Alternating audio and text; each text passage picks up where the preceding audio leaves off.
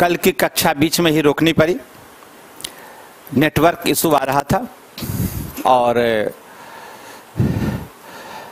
आज इसीलिए थोड़ी टाइम देर से भी रखा गया था कि नेटवर्क का प्रॉब्लम ना रहे। आप ईश्वर से दुआ करें कि आज कोई समस्या ना हो और ये क्लास चलता रहे। आज संडे को इस क्लास रखने का एक विशेष प्रयोजन भी है। आज थोड़ी लंबी क्लास हम लेंगे और आप लोग मूड बनाकर बैठिएगा, मन बनाकर बैठिएगा लंबे क्लास के लिए। और एक क्लास लेने के बाद मैं बीच में थोड़ा ब्रेक दूंगा ताकि आप भी फ्रेश हो जाएंगे, चाय वाय पी लेंगे और उस ब्रेक के बाद फिर कंटिन्यू करेंगे हम क्लास। लेकिन याद रखिएगा ये चाय आपको खुद पीने पड़ेगी, संस्थान की ओर से ऐसी कोई व्यवस्था नहीं है। अभी तक ऐसी तकनीक डेवलप नहीं हुई है कि आपको ऑनलाइन चाय भेजी जा सके। और आज हम लोग बहुत ही महत्वपूर्ण पड़ाव पर है।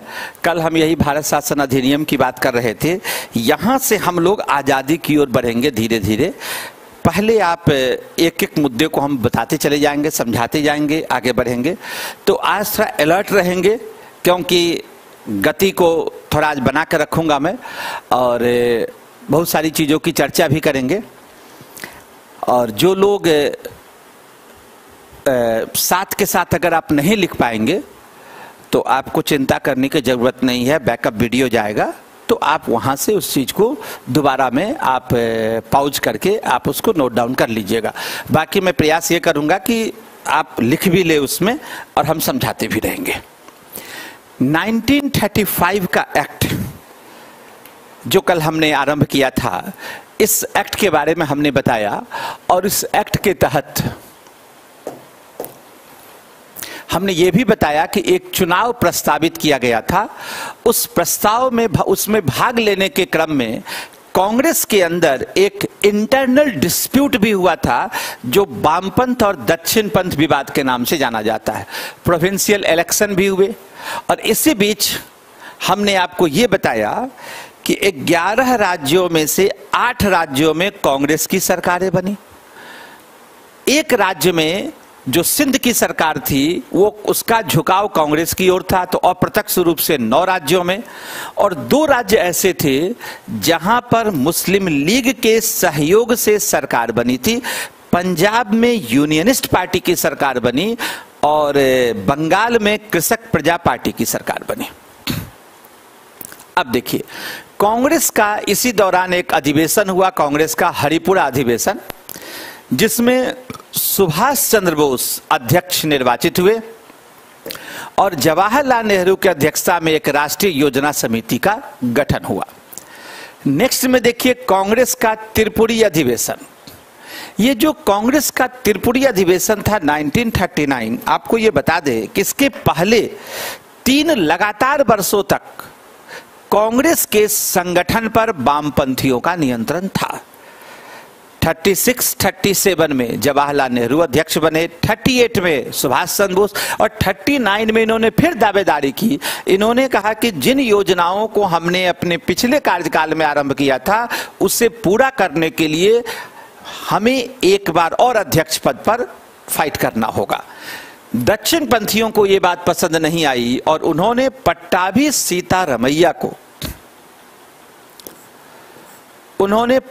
सीतारमैया को अपना उम्मीदवार बनाया।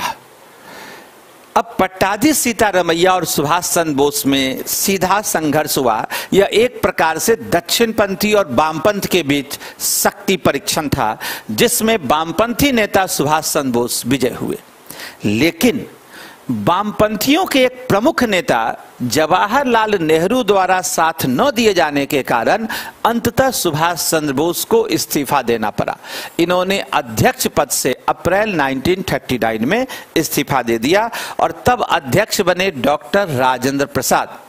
ये डॉक्टर राजेंद्र प्रसाद भी दक्षिणपंथी नेता थे। अब देखिए, गांधी का नेतृत्व विजय रहा, कार्यकारी अध्यक्ष बने एक्टिंग प्रेसिडेंट डॉक्टर राजेंद्र प्रसाद, ये भी दक्षिणपंथी। अब यहां देखेंगे कि फॉरवर्ड ब्लॉक की स्थापना हुई और जो अनुशासन समिति था उसके अध्यक्ष थे सरदार पटेल और सरदार पटेल भी एक दक्षिणपंथी नेता थे। अब आप देखिए, कांग्रेस के संगठन पर पूरी तरह दक्षिणपंथियों का कब्जा हो गया। अध्यक्ष डॉक्टर राजेंद्र प्रसाद, अनुशासन समिति के अध्यक्ष है सरदार पटेल। अब यह मामला गया कि एआईसीसी ने तय किया कि कोई भी प्रांतीय कांग्रेस कमेटी बिना केंद्रीय आला कमान के कोई जन आंदोलन आरंभ नहीं कर सकती।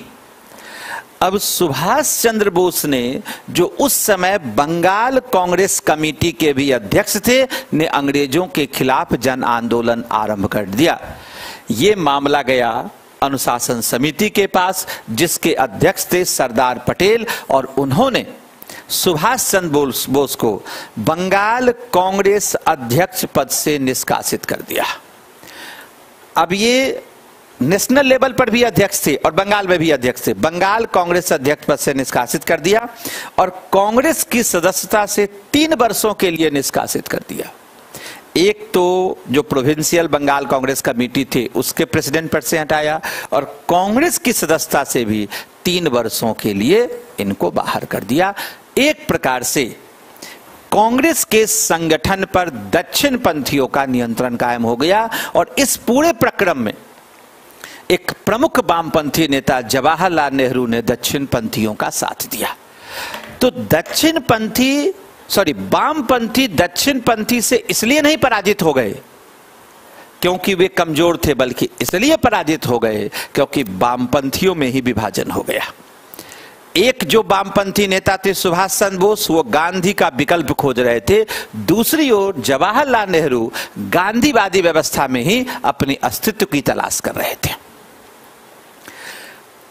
अब देखिए, 1939 में जवाहरलाल नेहरू ने सपोर्ट किया गांधी जी को, और इस घटना के ठीक 3 साल के बाद 1942 में गांधी जी ने सार्वजनिक तौर पर यह घोषणा कर दी कि पंडित नेहरू मेरे राजनीतिक उत्तराधिकारी हैं। मतलब आज जो समर्थन इन्होंने गांधी जी को दिया वो 3 वर्ष के बाद उनके पास रिटर्न होकर आ गया, और गांधी जी ने सार्वजनिक तौर पर पंडित नेहरू को अपना राजनीतिक उत्तराधिकारी घोषित कर दिया। जबकि वैचारिक स्तर पर आप देखेंगे कि गांधी जी दक्षिणपंथी थे, नेहरू वामपंथी थे, और गांधी जी के एक परम शिष्य सरदार पटेल भी थे। लेकिन सरदार पटेल की जगह पंडित नेहरू को गांधी जी ने प्राथमिकता दी। अब देखिए, जब अध्यक्ष पद से इनको हटाया गया तो सरकार को ये अच्छा अवसर मिला कि सुभाष चंद्र बोस को गिरफ्तार कर लिया जाए, और सुभाष चंद्र बोस को जुलाई 1940 में इन्हें गिरफ्तार कर लिया गया और इनको नजरबंद किया गया। निवास स्थल एल्गिन रोड, कलकत्ता। नजरबंद का मतलब होता है हाउस अरेस्ट, मतलब आप जिस आवास में है उसी को लॉक कर देना, आम लोगों से आपका मिलना जुलना बंद कर देना। तो जो राजनीतिक कैदी होते या जो बड़े नेता होते हैं उनको जेल के बजाय हाउस अरेस्ट किया जाता है। अब जब ये हाउस अरेस्ट थे तब इनको लगा कि अब भारत में हमारी कोई संभावना नहीं है, तो वो पठान जियाउद्दीन बन गए और इस नाम से वह भारत से पलायन कर गए। जनवरी 23, 1941 में 23 जनवरी 1941 को वो भारत से पलायन कर गए। अब देखिए आगे की स्थिति। अब सुभाष चंद्र बोस की हम आपको यात्रा दिखाते हैं। यहां ध्यान दीजिएगा, ये कलकत्ता में है जहां हाउस अरेस्ट किया गया था। पठान जियाउद्दीन के नाम से ये पहुंच गए काबुल। यहां से गए ये काबुल, यहां से इन्होंने अपना नाम बदला ऑरलैंडो मेसोटटा के नाम से ये पहुंच गए रूस, और फिर रूस से ये पहुंच गए बर्लिन, और वहां उनकी मुलाकात हुई हिटलर से। वहां उनकी मुलाकात हुई हिटलर से, जो जर्मनी का चांसलर था और नाजी नेता था, नाजीवादी नेता था। अब हिटलर से जब ये मिले तो इसी बर्लिन में इन्हें नेताजी की उपाधि प्रदान की गई। यहीं से वो नेताजी, एक जैसे गांधी जी के साथ आप महात्मा गांधी देखते हैं, वैसे इनके साथ नेताजी की उपाधि मिली। अब हिटलर ने सुभाष चंद्र बोस की मदद करने का आश्वासन क्यों दिया? तो इसके पीछे एक वजह क्या है कि एक रेस है आर्यन रेस। आपने एंशिएंट इंडिया में देखा होगा कि भारत में ये आर्यन रेस का प्रवेश लगभग 1500 बीसी के आसपास हुआ था। तो माना जाता है कि आर्यन रेस की एक शाखा यूरोप गई थी जो जर्मनी में है, और एक शाखा जो इंडिया आई थी। तो ये बेसिकली कौन है? आर्यन से। आर्यन एक संस्कृत शब्द है जिसका मतलब होता है सुपीरियर। तो भारत में भी आर्यंस और जर्मनी में भी आर्यंस। तो इसी के आधार पर इन्होंने भारतीय नेता को समर्थन देने का आश्वासन दिया। और राजनीतिक स्तर पर समझिए, कूटनीतिक स्तर पर, कि जर्मनी का सबसे बड़ा विरोधी ब्रिटेन, और भारत भी स्वतंत्रता आंदोलन लड़ाई लड़ रहा था ब्रिटेन के खिलाफ। इसलिए जर्मनी और भारत के हित एक थे, क्योंकि दोनों का कॉमन दुश्मन था ब्रिटेन। तो यहां नेताजी, अब देखिए, ये जो कलकत्ता से ये जो बर्लिन गए, एक इतिहासकार है आरसी मजुमदार, उन्होंने कहा कि यह उसी प्रकार की घटना है जैसे शिवाजी मुगलों की कैद से भागा था और आगरा से भागकर पुणे पहुंचा था। तो शिवाजी जिस प्रकार से मुगल की कैद से बाहर गए थे, आरसी मजुमदार कहते हैं, उसी प्रकार से ये कलकत्ता से बर्लिन पहुंच गए। ये यात्रा आप ध्यान में रखेंगे।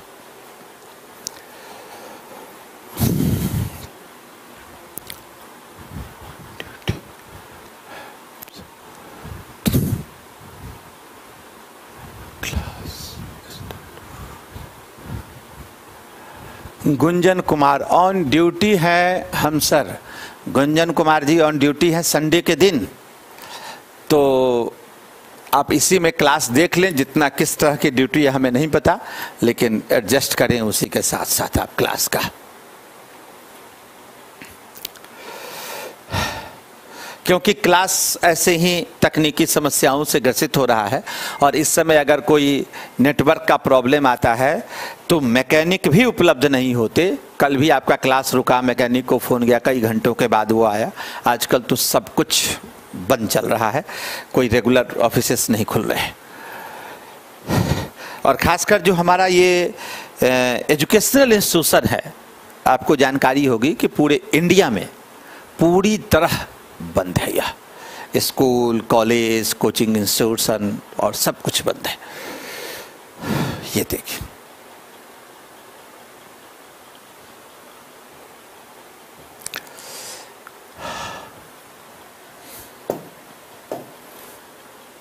अब यहां पर आइए।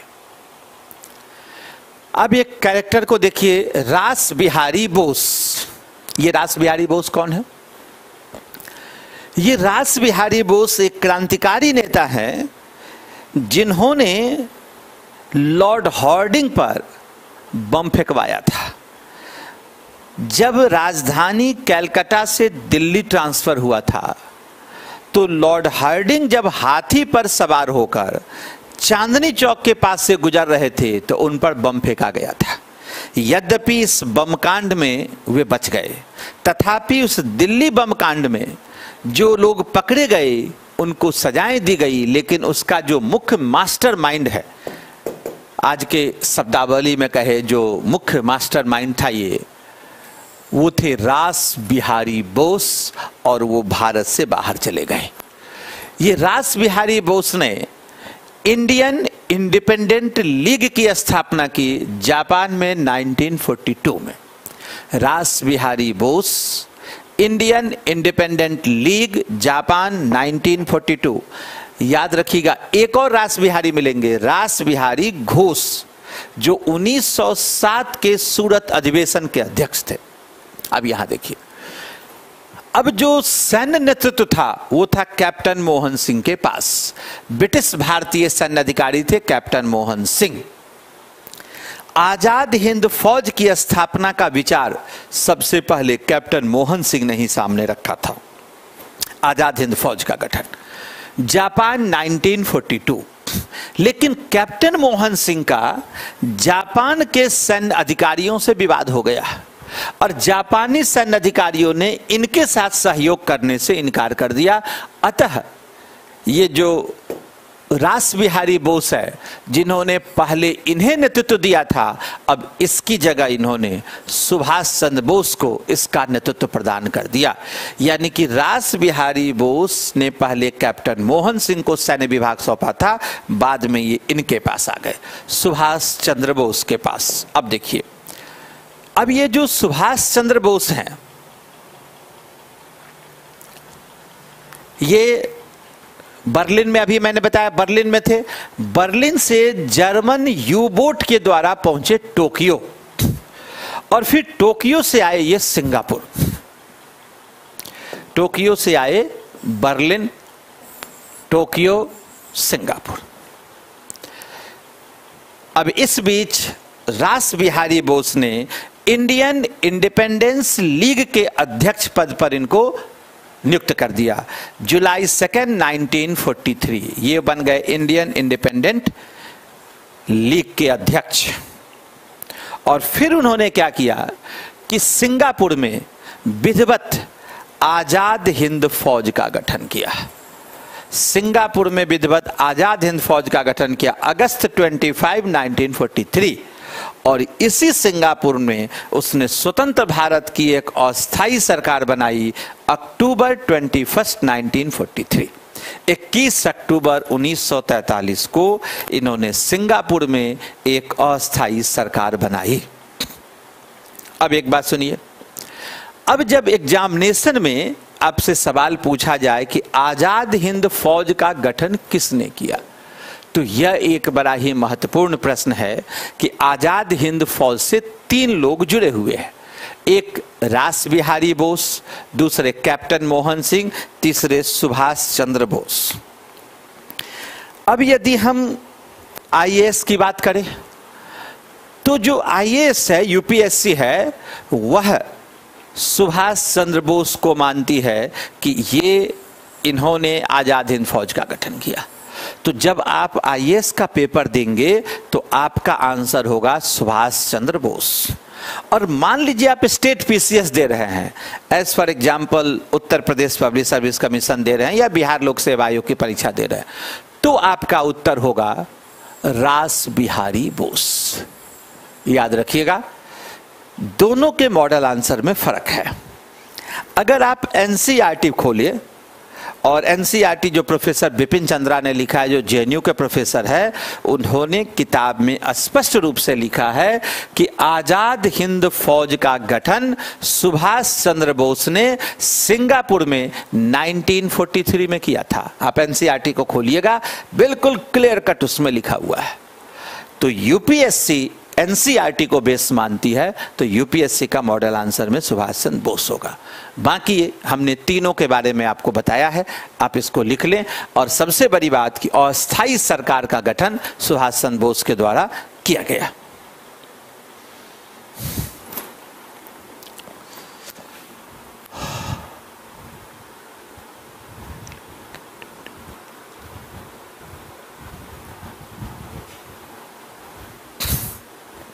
अच्छा, कोई दिक्कत नहीं है। गुंजन कुमार जी खबर कर रहे हैं कि कोई दिक्कत नहीं है, आप क्लास ले रहे हैं। बड़ी खुशी की बात है कि ड्यूटी के साथ आप पढ़ाई कर रहे हैं।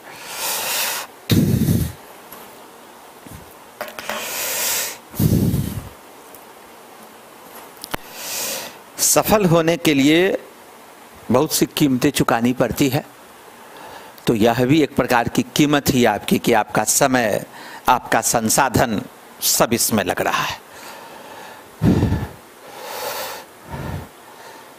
ये देखें, हमें लगता है कि क्लैरिटी आई होगी आपको। अब देखिए यहां पर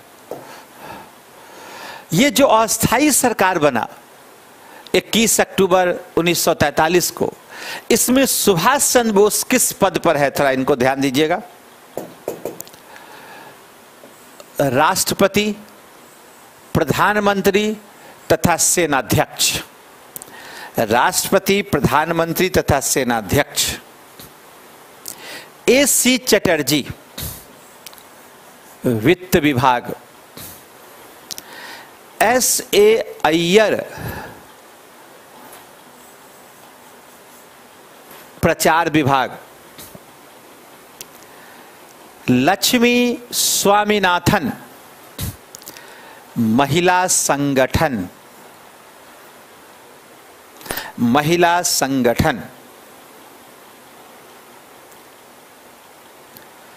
मान्यता, जापान, जर्मनी, इटली। ध्यान में रखिएगा ये तीनों ही कौन है?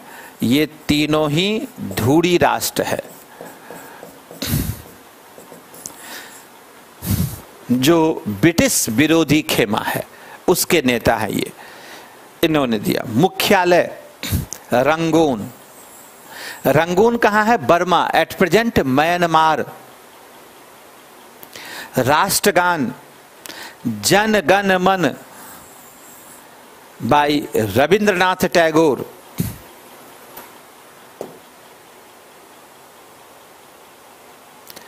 और राष्ट्रपिता महात्मा गांधी।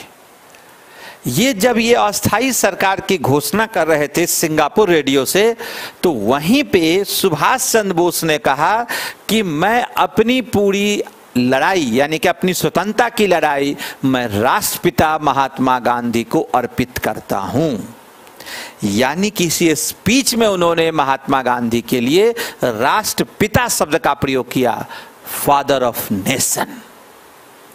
यही आप देखेंगे गांधी जी को दिया गया ये सबसे बड़ा सम्मान है। हमारे देश ने यदि गांधी जी को कोई सम्मानित किया तो सबसे बड़ा सम्मान ये था कि हमने उनको अपना राष्ट्रपिता कहा, महात्मा गांधी को दिया गया। और ये सम्मान किसके द्वारा दिया गया? गांधी जी के सबसे बड़े विरोधी और आलोचक के द्वारा। इसका मतलब ये हुआ कि गांधी और सुभाष चंद्र बोस के बीच जो मतभेद था वो आइडियोलॉजिकल डिफरेंस था, वैचारिक मतभेद था, व्यक्तिगत मतभेद नहीं था। आज की राजनीति से आप तुलना करके देखिए, आज जो हमारा मतभेद होता है वो वैचारिक नहीं होता, व्यक्तिगत होता है, सत्ता की राजनीति होती है। यहां देखिए दोनों ही राष्ट्र को समर्पित थे, महात्मा गांधी और सुभाष चंद्र बोस, और सुभाष चंद्र बोस ने इनको राष्ट्रपिता कहा।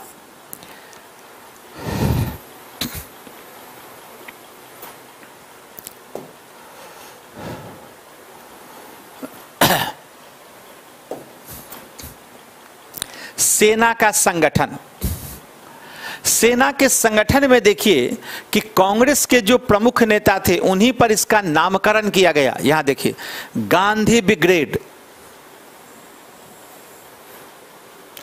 Nehru brigade, Chandrashekhar Azad brigade. Gandhi brigade, Nehru brigade, Chandrashekhar Azad. इन तीनों ब्रिगेडों में से जो चुने हुए कुछ सैनिक थे उनका लेकर बनाया गया था सुभाष ब्रिगेड। और महिलाओं का एक अलग विंग था जिसको झांसी की रानी ब्रिगेड कहा गया, और इसकी प्रमुख थी डॉक्टर लक्ष्मी स्वामीनाथन। डॉक्टर लक्ष्मी स्वामीनाथन एक महिला को एक विभाग का इन्होंने प्रधान बनाया था, और महिलाओं का भी एक ब्रिगेड था। यह बता रहा था कि नेताजी के मन में महिलाओं के प्रति कितना सम्मान का भाव था। और दूसरी ओर यह दिखा रहा है कि भारत की महिलाएं भी राष्ट्रीय स्वतंत्रता आंदोलन में बराबर की भागीदार थी, उन्होंने भी आंदोलन में भाग लिया था। आप देखेंगे गांधी जी ने जितने भी प्रोसेसन निकाले, पिकेटिंग किया, यानी कि जुलूस निकाले, धरना निकाला, उसमें फ्रंट लाइन पर आप देखिएगा हमेशा महिलाएं रहेंगी। तो महिलाओं ने भी स्वतंत्रता आंदोलन में बराबर की भागीदारी निभाई थी। अब देखिए आगे चलकर जब सेकेंड वर्ल्ड वार चल रहा था, तो सेकेंड वर्ल्ड वार के दौरान जब जापान ने अंडमान और निकोबार पर नियंत्रण कर लिया नवंबर 8, 1943 को, तो उन्होंने क्या किया, ये द्वीप को उन्होंने नेताजी को समर्पित कर दिया। जापान ने अंडमान और निकोबार को जीतकर दे दिया नेताजी को, और नेताजी ने इसका नामकरण किया। अंडमान का नाम किया है शहीद द्वीप और निकोबार का स्वराज द्वीप। ये नामकरण किया गया है अंडमान और निकोबार का। अभी हाल ही में भारत सरकार ने भी ये नामकरण को स्वीकृति प्रदान किया है और द्वीप का नाम चेंज किया है। स्वतंत्र भारत का झंडा, और यहाँ पर आप देखेंगे कि स्वतंत्र भारत का झंडा लगा दिया गया 30 दिसंबर 1945 को। अंडमान और निकोबार, शहीद द्वीप और स्वराज द्वीप।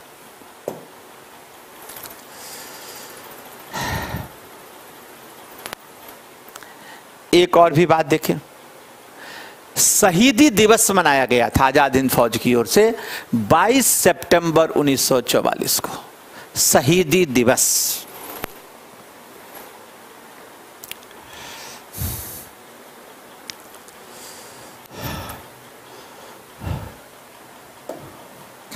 अब देखिए, रहस्यमय मृत्यु 16 अगस्त 1945।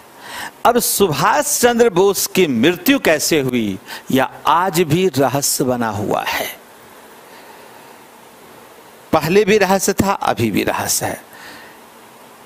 तो अभी भी भारत सरकार किसी निश्चित निष्कर्ष पर नहीं पहुंच पाई है। जो भारत सरकार का जो ऑफिशियल जो डिक्लेरेशन है वो हम आपको बता रहे हैं। ऐसा माना जाता है कि सिंगापुर से हवाई जहाज द्वारा टोक्यो जाने के क्रम में, सिंगापुर से टोक्यो जाने के क्रम में संभवतः, देखिए यहां संभवतः लिखा फार्मोसा, ये फार्मोसा चाइना के नीचे, एट प्रेजेंट इसको हम ताइवान के नाम से जानते हैं, कि ताई होकू हवाई अड्डे, ताई होकू हवाई अड्डे पर हुए विमान दुर्घटना में इनकी मृत्यु हो गई, ऐसा माना जाता है। इनकी मृत्यु हो गई। इसमें सबसे बड़ी समस्या यह है कि ब्रिटेन का जो ऑफिशियल डॉक्यूमेंट्स है उसमें कहीं भी इस प्रकार के विमान दुर्घटना का कोई उल्लेख नहीं है, और न ही उसमें सुभाष चंद्र बोस की मृत्यु का कोई उल्लेख है। लेकिन चूंकि भारत सरकार ने यह डिक्लेरेशन कर रखा है, तो हमारे लिए अभी यही ऑफिशियल डिक्लेरेशन है, जो आपके लिए भी परीक्षा के दृष्टिकोण से जरूरी है। अब देखिए स्लोगन, इनका दो प्रमुख स्लोगन है। एक है दिल्ली चलो और दूसरा तुम मुझे खून दो मैं तुझे आजादी दूंगा। स्लोगन दिल्ली चलो और दूसरा तुम मुझे खून दो मैं तुम्हें आजादी दूंगा। एग्जामिनेशन में क्या करते हैं, इस प्रकार के स्लोगन दे देते हैं, ऑप्शन देते हैं और कहते हैं कि आप ये बताइए कि ये स्लोगन किसके द्वारा दिया गया है।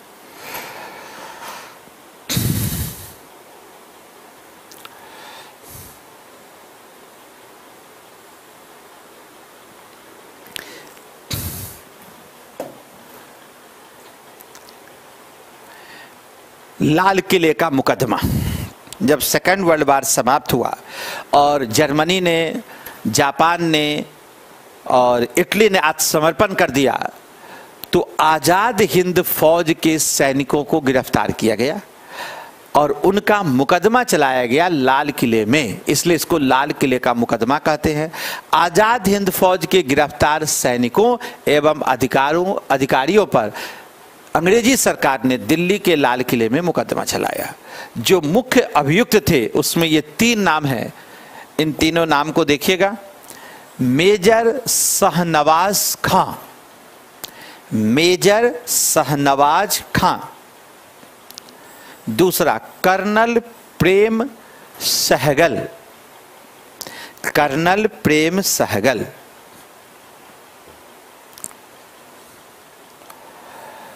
कर्नल गुरुदयाल सिंह ढिल्लो।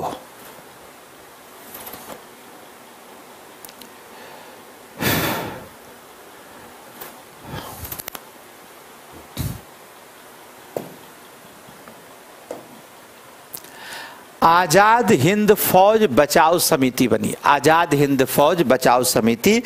इसके हेड थे भूला भाई देसाई, जो उस समय के बहुत बड़े वकील थे, भूला भाई देसाई। और इनके नेतृत्व में कुछ और प्रमुख नेता थे, जैसे तेज बहादुर सप्रू, तेज बहादुर सप्रू, कैलाश नाथ काटजू, अरुणा आसफ अली और जवाहरलाल नेहरू। जवाहरलाल नेहरू के बारे में कहा जाता है कि कई दशकों के पश्चात उन्होंने अपने शरीर पर काला कोट धारण किया था। चूंकि ये ब्रिटिश अदालतों का बहिष्कार करते थे, इसलिए अदालत में ये जाते नहीं थे, लेकिन जब इनका मामला आया तो ये काला कोट पहनकर गए, मतलब इनकी ओर से केस लड़ा। अब उस समय एक स्लोगन पूरे देश में दिया गया, लाल किले को तोड़ दो, आजाद हिंद फौज को छोड़ दो। लाल किले को तोड़ दो, आजाद हिंद फौज को छोड़ दो।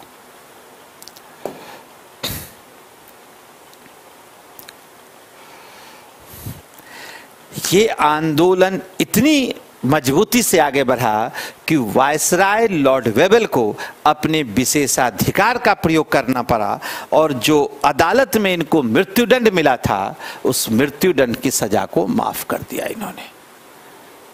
इस मृत्युदंड की सजा को इन्होंने माफ कर दिया।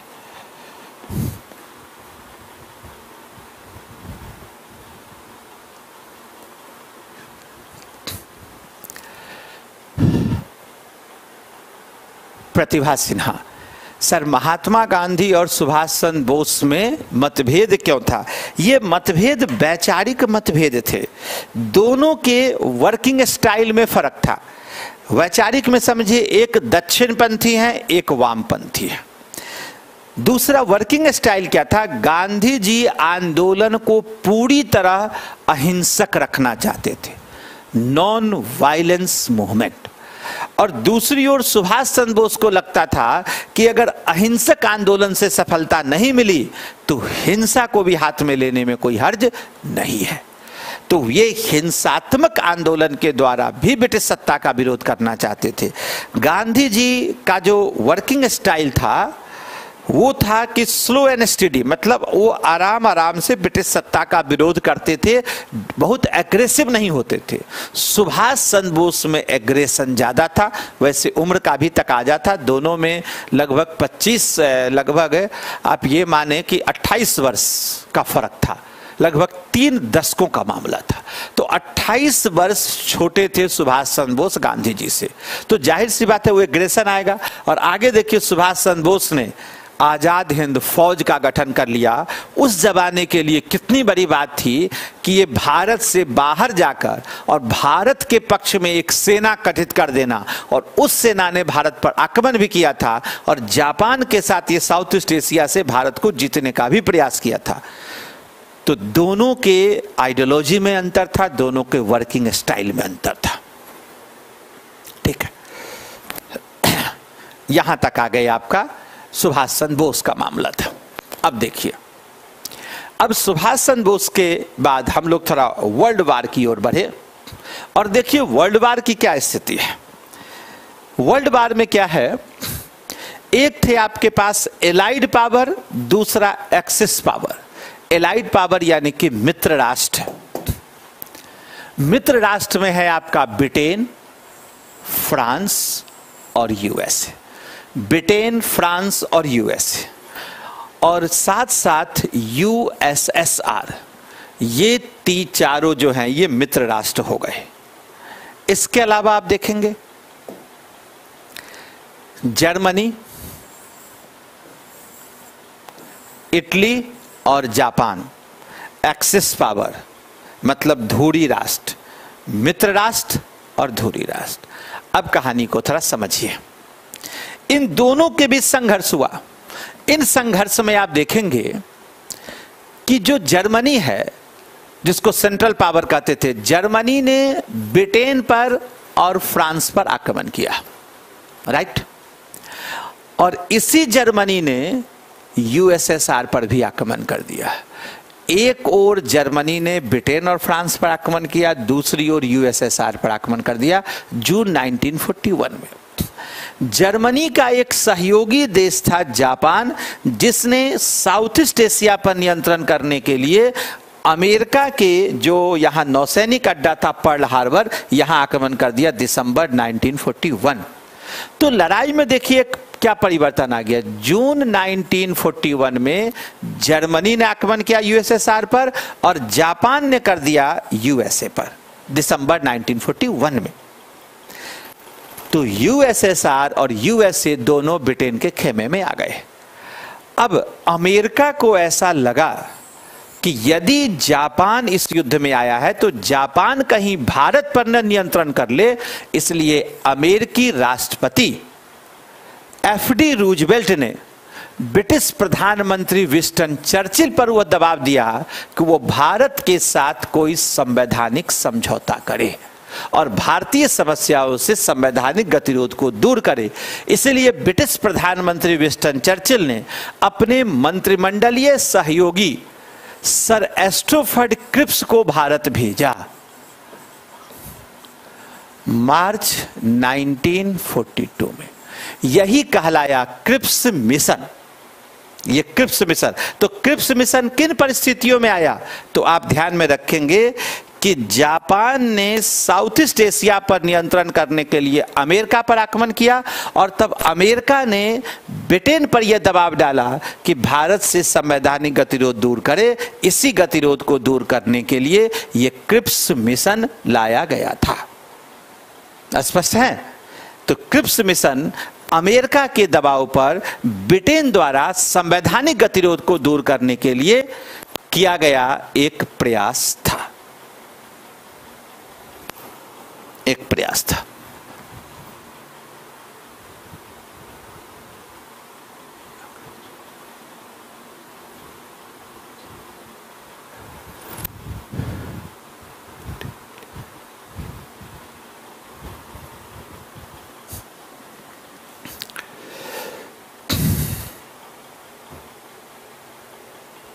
Allied power.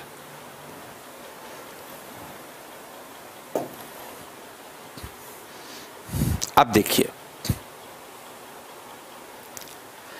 द्वितीय विश्व युद्ध का आरंभ हुआ था सितंबर 1939 में और सितंबर 1939 में जब सेकेंड वर्ल्ड वॉर आरंभ हुआ,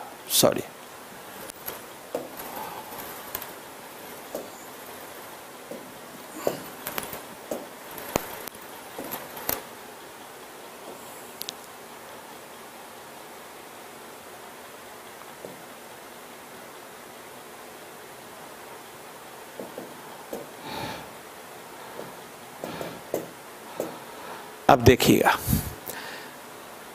सेकेंड वर्ल्ड वॉर आरंभ हुआ था सितंबर 1939 में। जब द्वितीय विश्व युद्ध आरंभ हुआ तो अंग्रेजों ने बिना भारत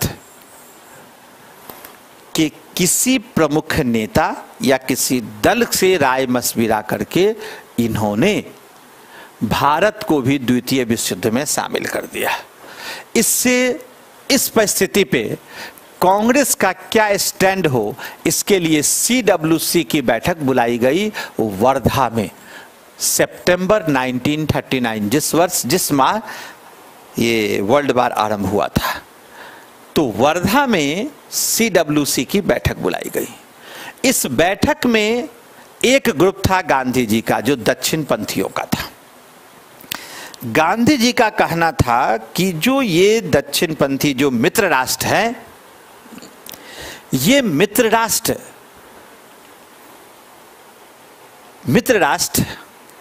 फांसीवादी शक्तियों के विरुद्ध लड़ रहे हैं और ये लोकतांत्रिक मूल्यों के लिए लड़ रहे हैं।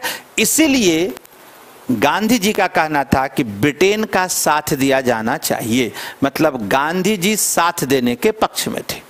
एक दूसरे नेता हैं सुभाष चंद्र बोस, जिनको विशेष रूप से आमंत्रित किया गया था, वामपंथी नेता। इनका कहना था कि ये जो विश्व युद्ध है यह एक साम्राज्यवादी युद्ध है और इससे संबंधित सभी देश केवल अपने औपनिवेशिक हितों के लिए लड़ रहे हैं। World War was basically an imperialistic war and all the related countries were fighting for their colonial interest। इसलिए हमें क्या करना चाहिए? जन आंदोलन आरंभ करना चाहिए। अब देखिए, ये अंग्रेजों को साथ देने के पक्ष में थे, सुभाष चंद्र बोस जन आंदोलन आरंभ करने के पक्ष में थे। इसी बीच वामपंथियों में मतभेद हो गया और एक प्रमुख वामपंथी नेता जवाहरलाल नेहरू ने कहा कि न तो अंग्रेजों का साथ दिया जाना चाहिए, न जन आंदोलन आरंभ करना चाहिए, बल्कि वेट एंड वॉच, हमें इंतजार करना चाहिए। ये गांधी जी सपोर्ट यानी कि समर्थन करना चाहते थे, ये अगेंस्ट थे, ये विरोध करना चाहते थे। इन्होंने कहा कि न समर्थन देना है न विरोध करना है, बल्कि वेट एंड वॉच करना है, मतलब हमें कुछ समय इंतजार करना है। अब आप देखिए, ये घटना है सितंबर 1939। भारतीय राजनीति में एक नया समीकरण बना। ये समीकरण कौन सा समीकरण है? यहां देखिए, गांधी का और नेहरू का। ये गांधी और नेहरू एक दूसरे के करीब आ गए और इसमें सुभाष चंद्र बोस आउट हो गए। गांधी और नेहरू, इसको कहते हैं कि गांधी नेहरू इक्वेशन, गांधी नेहरू समीकरण। और भारतीय राजनीति में दक्षिण पंथ और वाम पंथ के मेल से एक नया समीकरण बना, जिसको हम कहते हैं गांधी नेहरू समीकरण। और इस गांधी नेहरू समीकरण में सुभाष चंद्र बोस के लिए कोई स्थान नहीं था, तो सुभाष चंद्र बोस राजनीति की मुख्य धारा से बाहर हो गए, राजनीति की मुख्य धारा से बाहर हो गए और भारत के लिए इनकी प्रासंगिकता समाप्त हो गई। तो सॉरी, भारत की कांग्रेस के अंदर की प्रासंगिकता, तो अब ये बाहर चले गए और आजाद हिंद फौज का गठन किया। आप इससे ये समझ सकते हैं कि किस प्रकार गांधी नेहरू के समीकरण में सुभाष चंद्र बोस फिट नहीं बैठ पाए। दरअसल गांधी नेहरू ब्रिटिश सत्ता के साथ सहयोग करके सत्ता पाना चाहते थे और सुभाष चंद्र बोस सीधा कन्फ्रंट्रेशन यानी कि संघर्ष करना चाहते थे। इसके पक्ष में ये दोनों प्रमुख नेता नहीं है। तो आप देखिएगा अल्टीमेटली हुआ क्या? सुभाष चंद्र बोस के हाथ से सत्ता चली गई और वास्तविक सत्ता किनके पास चली गई? पंडित नेहरू के पास। तो नेहरू जी ने इस बात को भांप लिया था कि हमें सत्ता के लिए एक तो ब्रिटिश सत्ता का सहयोग चाहिए, दूसरा गांधी जी का समर्थन चाहिए। तो नेहरू ये दोनों काम करने में सफल रहे। अब देखिए, ये CWC की बैठक हो रही है। CWC ने निर्णय दिया कि जितने भी प्रांतीय सरकारें हैं, आपको मैंने बताया था कि 11 प्रांतों में 8 में कांग्रेस की सरकारें थी, ये जितनी प्रांतीय सरकारें थी कहा कि आप इस्तीफा दे दे। और इनके निर्देश पर प्रांतीय कांग्रेसी सरकारों ने इस्तीफा दे दिया।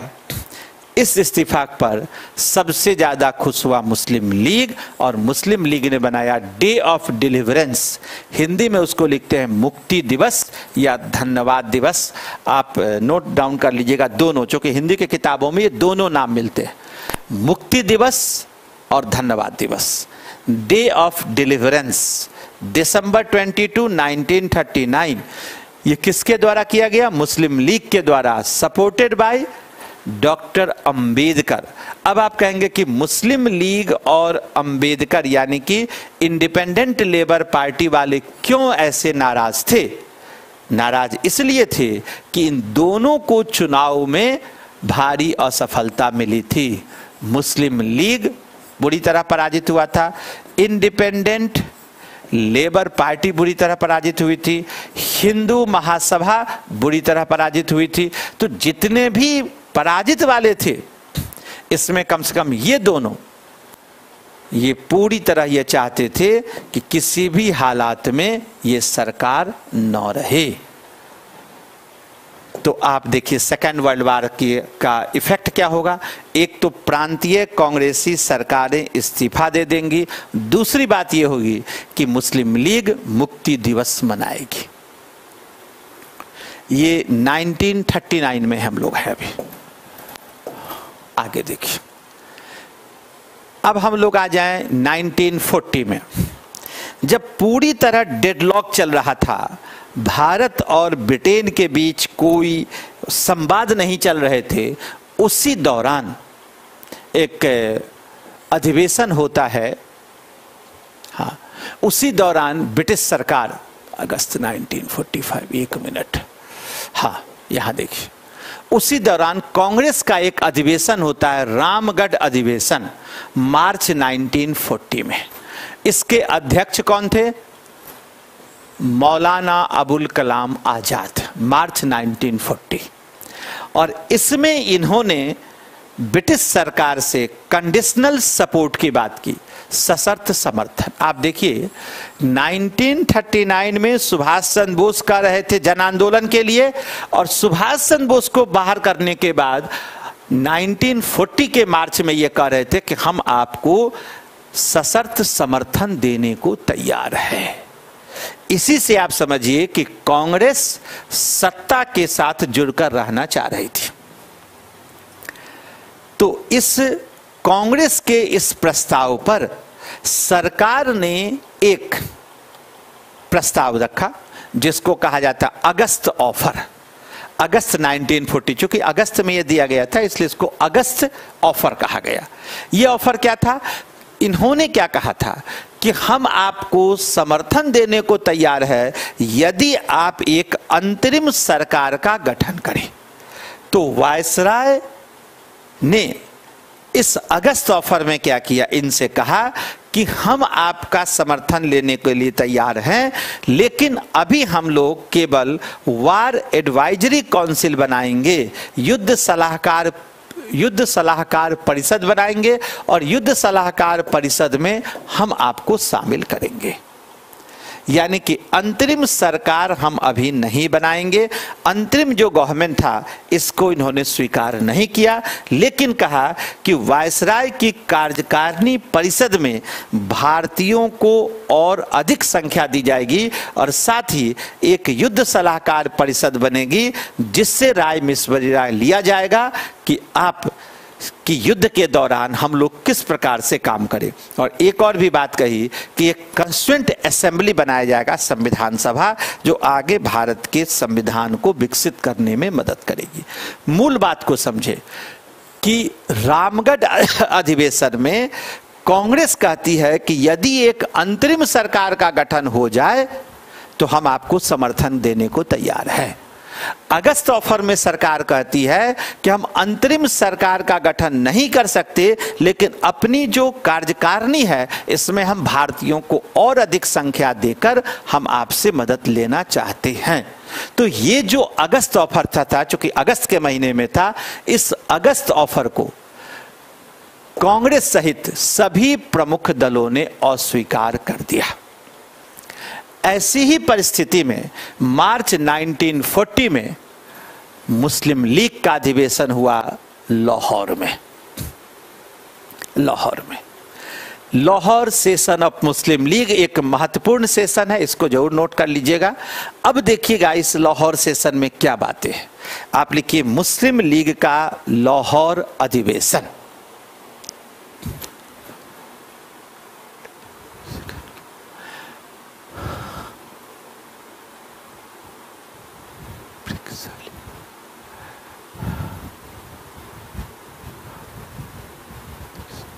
सर वर्ल्ड वार सेकेंड क्यों हुआ था?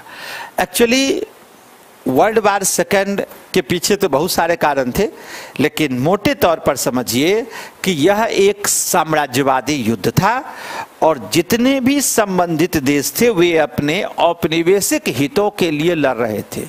ये आधारभूत है। वैसे तात्कालिक कारण ये था कि जर्मनी ने पोलैंड पर आक्रमण कर दिया था और पोलैंड की सुरक्षा की गारंटी ब्रिटेन ने दिया था।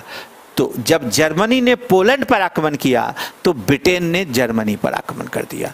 फिर जर्मनी के सहयोगी एक हो गए, ब्रिटेन के सहयोगी एक हो गए, और फिर ये वर्ल्ड वार चलता रहा।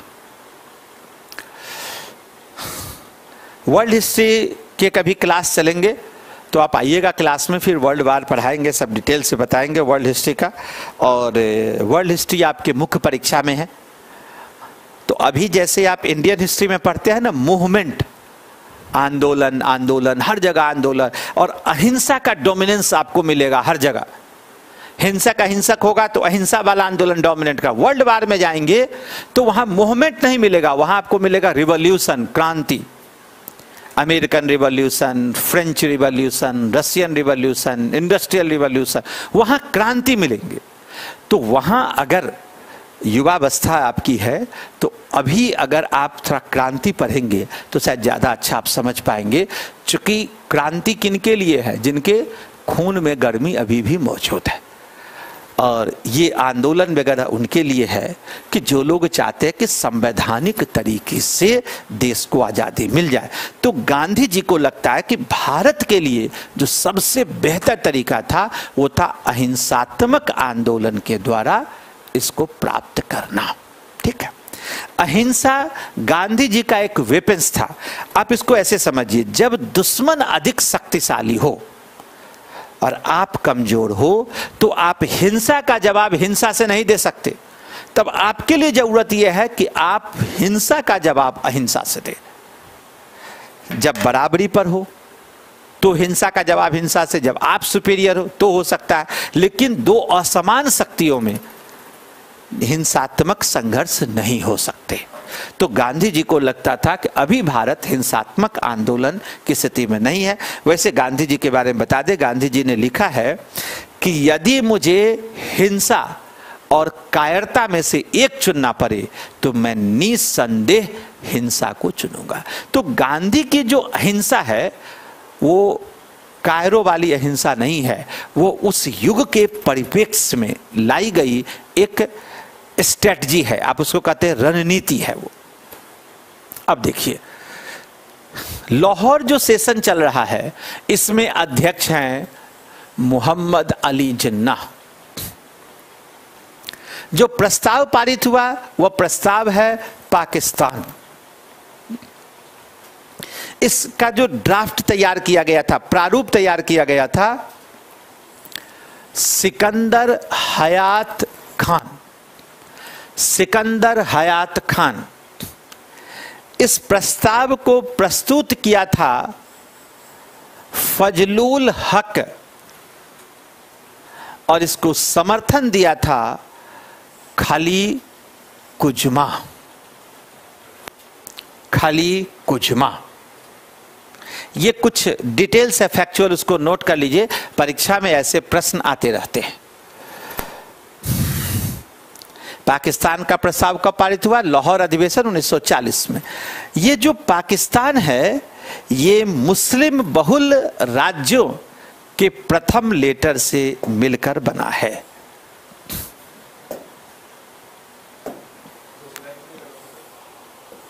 एक मिनट, क्या?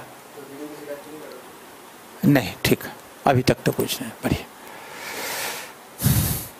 अब देखिए, ये पाकिस्तान है। अब ये पाकिस्तान में आप ध्यान से देखिएगा, ये जो पी है, P for Punjab, P for Punjab, A Afghanistan. Afghanistan का मतलब है कि अफगानी मूल के मुसलमान, NWFP उत्तर पश्चिमी सीमांत प्रांत, K for Kashmir, S for Sindh, और ये जो तान है ये है बलूचिस्तान का।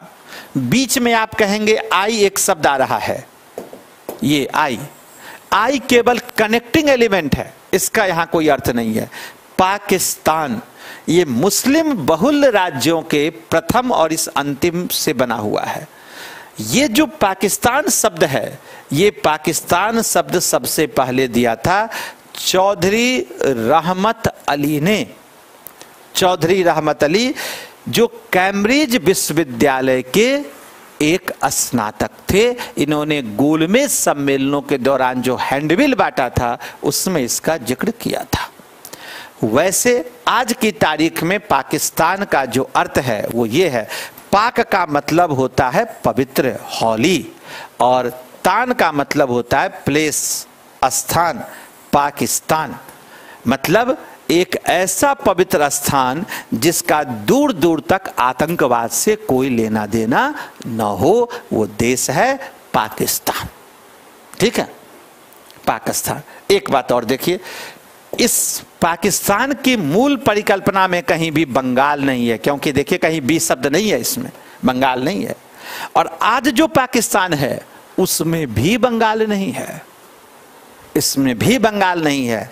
तो इसका मतलब है कि आजादी के बाद जो बंगाल को जोड़ा गया था वो पाकिस्तान की मूल परिकल्पना में नहीं था, केवल धर्म एक होने के कारण पूर्वी पाकिस्तान बनाकर आधा बंगाल इनको दे दिया गया था। तो ये बंगाल का पाकिस्तान से जुड़ना एक प्रकार से ये बेमेल विवाह था, और बेमेल विवाह आप जानते हैं कि ज्यादा देर वो टिकता नहीं है, ये ज्यादा देर टिकता नहीं है। आगे हम चर्चा करेंगे कि ये बंगाल कैसे अलग हो गया। इस बात को आपने नोट डाउन कर लिया। मार्च 1940 में पाकिस्तान का प्रस्ताव पारित हो गया।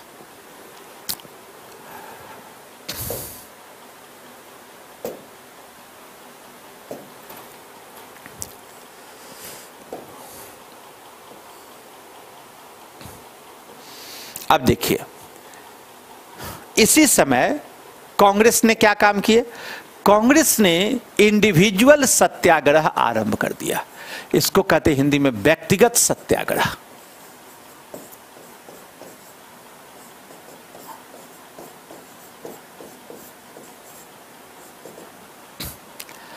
आगे भी आप देखेंगे हमने मैक्सिमम पीपीटी को हिंदी में कर दिया, कुछ जो नहीं कर पाया उसमें से ये सब है।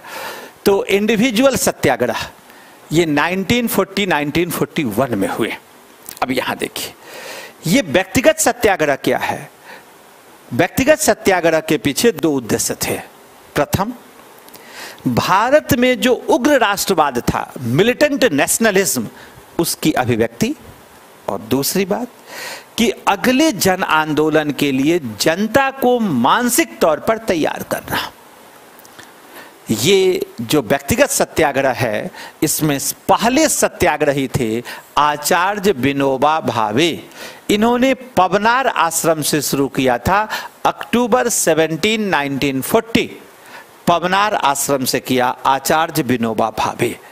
और जो दूसरे सत्याग्रही थे वे थे जवाहरलाल नेहरू, जिन्होंने संयुक्त प्रांत में इसको आरंभ किया जनवरी 5, 1941। थोड़ा इन दोनों नामों पर गौर कीजिए। 1940-41 में यह आंदोलन हो रहा है।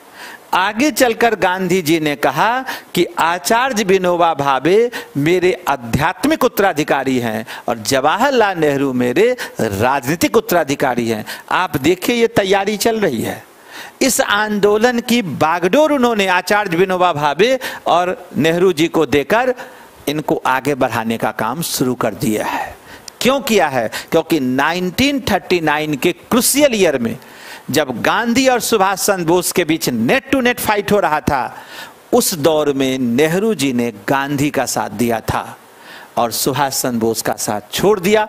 इसी की आप कह सकते हैं कि इनको रिवार्ड या अवार्ड मिल रहा था गांधी जी की तरफ से।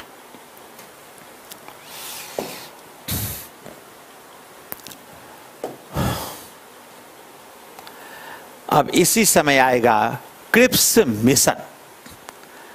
आपको मैंने इसके एक तस्वीर दिखाई थी बहुत पहले।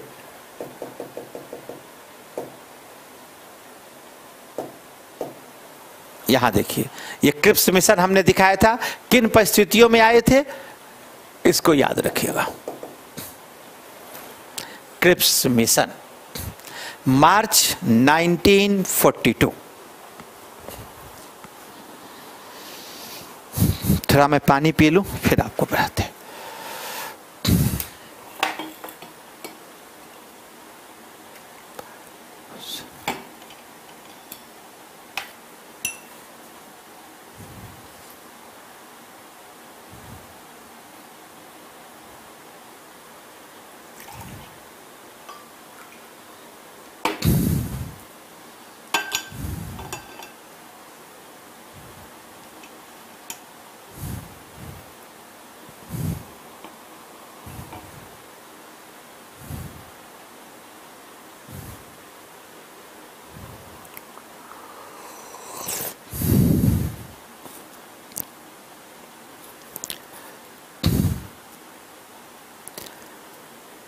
सुभाष चंद्र डॉक्टर अंबेडकर से हेल्प लिए थे, किस संदर्भ में आपने लिखा ये तो बताइए, कौन सा हेल्प लिया था?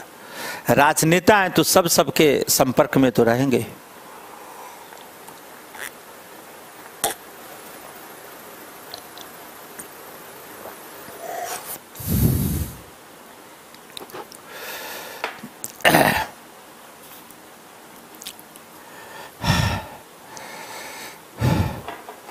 संदर्भ बता दे कि किस संदर्भ में सुभाष चंद्र बोस ने अंबेडकर से हेल्प लिया था। अंबेडकर भी भारतीय राजनीति के एक प्रोमिनेंट पर्सनालिटी थे, तो इस नेचुरल सी बात है।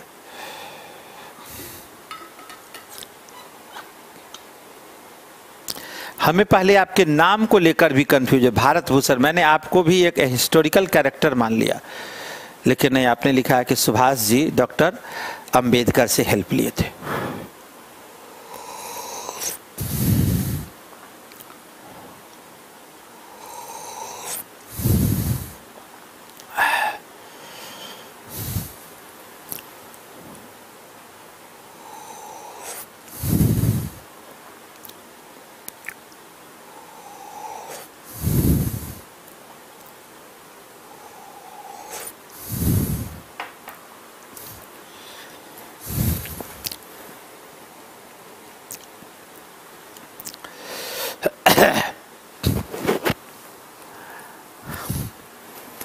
अब थोड़ा हम फोकस कर लें क्रिप्स मिशन पे।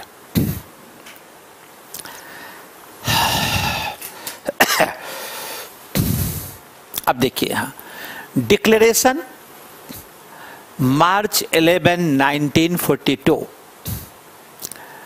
अराइवल मार्च 23, 1942 और प्रपोजल मार्च 30, 1942। ये तीनों घटनाएं मार्च की है। क्रिप्स मिशन की घोषणा 11 मार्च को हुई।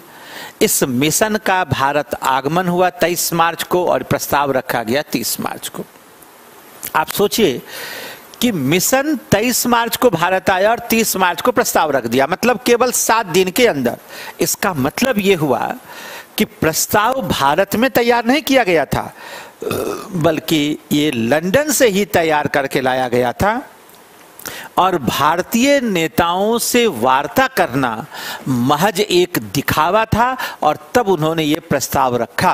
अब क्या प्रस्ताव रखा वो देखिए। क्रिप्स ने अपने प्रस्ताव में कहा कि युद्ध के पश्चात एक संविधान सभा का गठन किया जाएगा। दूसरी बात, युद्ध के पश्चात एक अंतरिम सरकार का गठन किया जाएगा और तीसरी बात, युद्ध के पश्चात एक भारतीय संघ का गठन किया जाएगा। और अभी वर्तमान में जो executive council of governor general of India है, यानी कि वायसराय की कार्यकारिणी समिति में और अधिक भारतीय सदस्यों को शामिल किया जाएगा। आप देखिए कोमोबेस क्रिप्स मिशन में वही सब बातें हैं जो ऑलरेडी अगस्त ऑफर में थे। संविधान सभा भी बनेगा, अंतरिम सरकार भी बनेंगे और भारतीय संघ भी बनेंगे, लेकिन सभी बनेंगे युद्ध के बाद। तो गांधी जी ने इस पर कहा कि ये पोस्ट डेटेड चेक, कहा कि ये उत्तर तिथिक चेक है।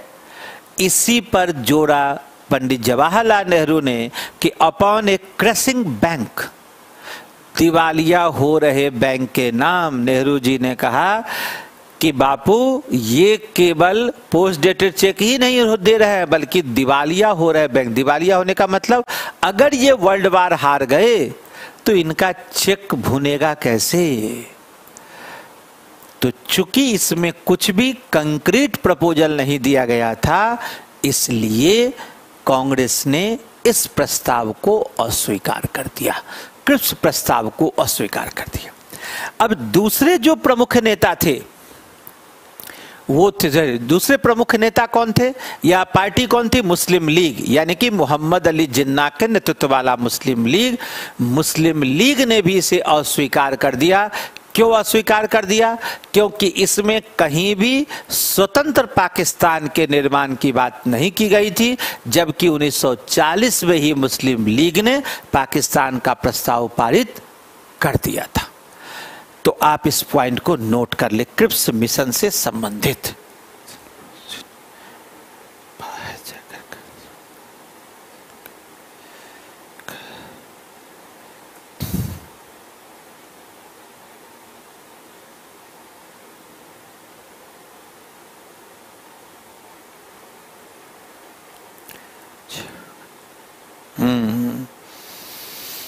दीपक कुमार जी लिखते हैं, देखिए बहुत अच्छी बात लिखा इन्होंने, कि सुभाष चंद्र बोस जी ने बाहर जाकर गांधी जी को फादर ऑफ नेशन का दर्जा दिया है, तो सर उनकी अहमियत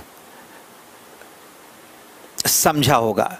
यानी कि उन्होंने गांधी जी की अहमियत समझी होगी। बिल्कुल सही बात आप लिख रहे हैं कि अगर गांधी की अहमियत नहीं होती तो गांधी जी के इतने बड़े आलोचक, इतने बड़े विरोधी गांधी जी के प्रति इतने बड़े सम्मान की बात नहीं कहते। और केवल फादर ऑफ नेशन ही नहीं कहा, बल्कि अपनी लड़ाई भी उन्हें समर्पित किया। ये बहुत बड़ी बात है। ये आप ये सोच सकते हैं कि स्वतंत्रता आंदोलन के जो नेता थे, गांधी हो गए, सुभाष चंद्र बोस हो गए, डॉक्टर अंबेडकर हो गए, ये सभी लोग उच्च मापदंडों का प्रयोग करते थे। इनके लिए व्यक्तिगत लड़ाई ये नहीं थी, ये पूरे समाज और राष्ट्र की लड़ाई थी। तो कभी भी इनकी लड़ाई को आप व्यक्ति के स्तर पर देखने का प्रयास न करें। बस ये क्रिप्स मिशन तक हम लोग आ चुके हैं, यहां तक। अब इस क्रिप्स मिशन के आगे के लिए हम लोग एक नए चैप्टर में प्रवेश करेंगे, और वो चैप्टर है हमारा क्विट इंडिया मूवमेंट। अब एक फ्रेश चैप्टर लिखिए, quit India movement. Cripps mission की असफलता के पश्चात अब गांधी जी ने मूड बना लिया कि आ जाओ सारे, मूड बना के अब हम लोग एक नया जन आंदोलन आरंभ करेंगे। 1942 to 1943।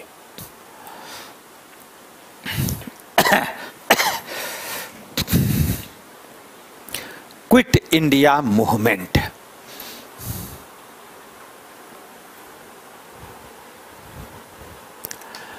काम के विपरीत, क्या लिखा इन्होंने,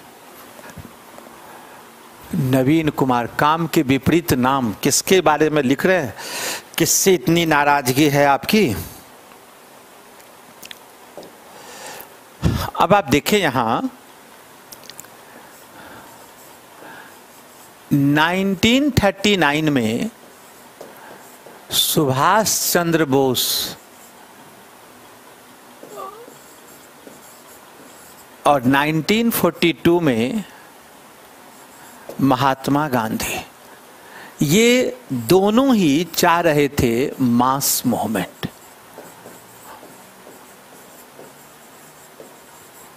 जन आंदोलन। सुभाष चंद्र बोस ने जो वर्धा में सीडब्ल्यूसी की बैठक हुई थी 1939 में कहा था कि जन आंदोलन होने चाहिए। 1942 में गांधी जी भी इसी निष्कर्ष पर पहुंचे। अब आप देखिए दोनों में अंतर। जिस निष्कर्ष पर गांधी जी 1942 में पहुंचे, उस निष्कर्ष पर सुभाष चंद्र बोस 3 वर्ष पहले पहुंच चुके थे। यानी कि दोनों के विचारों में 3 वर्ष का फासला है। इससे भी आप इस बात को लगे कि सुभाष चंद्र बोस के जो एक्शन प्लान थे वो गांधी जी से बहुत फास्ट थे। लेकिन एक अंतर था, सुभाष चंद्र बोस ने मास सपोर्ट का कभी प्रयास नहीं किया। मास सपोर्ट का मतलब है बहुसंख्यक लोगों का समर्थन, जबकि गांधी जी हमेशा मास सपोर्ट की बात करते थे।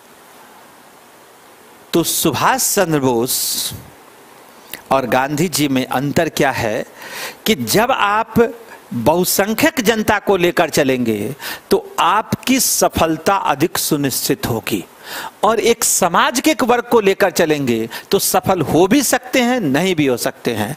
आप देखिए सुभाष चंद्र बोस उस ब्रिटिश सत्ता से लड़ गए, अगर व्यक्ति वीरता के आधार पर देखेंगे तो बहुत बड़ा काम किया था, लेकिन अगर आप देखेंगे ब्रिटिश सत्ता की जो समय जो शक्ति थी उसको सुभाष चंद्र बोस ने कम करके आका था।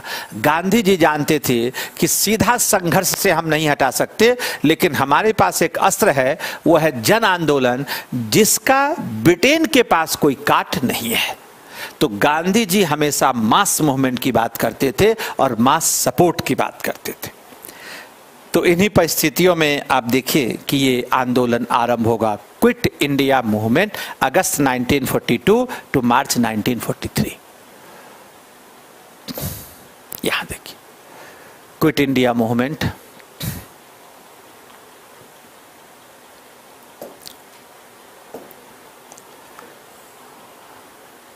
ये परिचय है, थोड़ा सा आप इसको देखिए।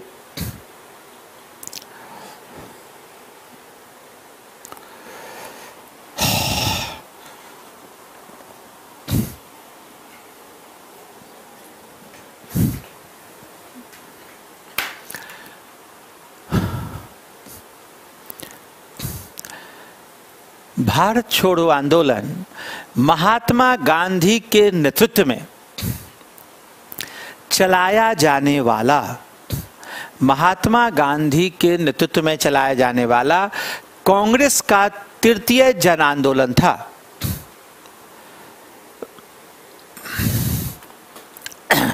जिसमें भारत के सभी वर्गों की भागीदारी अभूतपूर्व थी।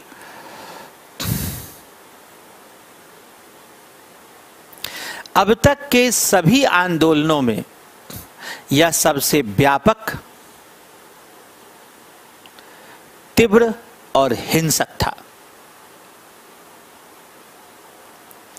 वस्तुतः यह एक स्वतः स्फूर्त आंदोलन था। Basically it was an spontaneous movement. Spontaneous का मतलब है स्वतः स्फूर्त।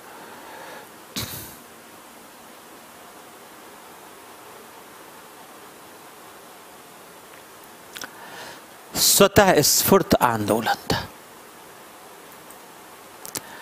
आंदोलन के लिए उत्तरदायी कारक, factors responsible for the movement,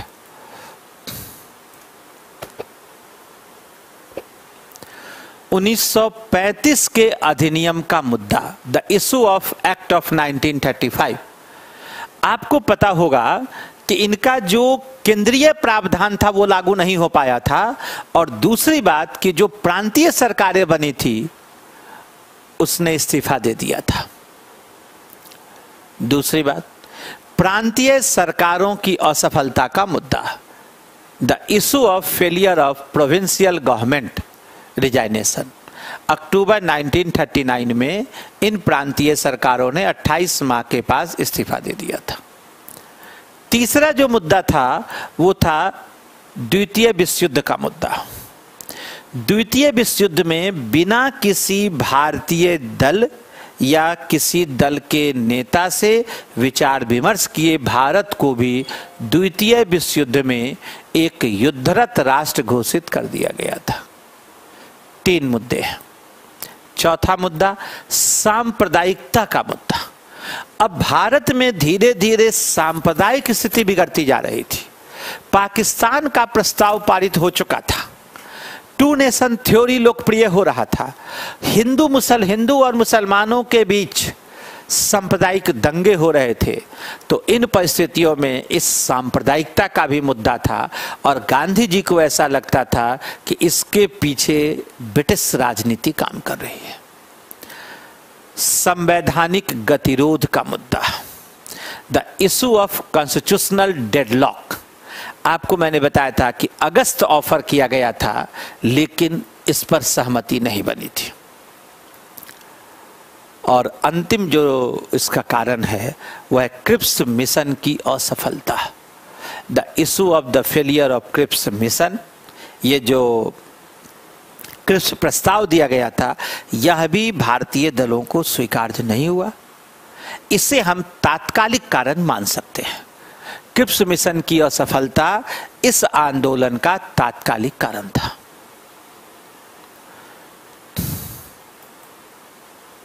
Wardha प्रस्ताव, क्विट इंडिया रिजोल्यूशन, जुलाई 14, 1942।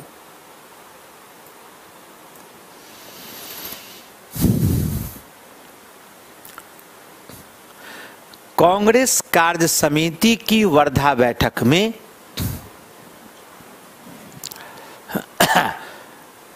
गांधी जी के अनुरोध पर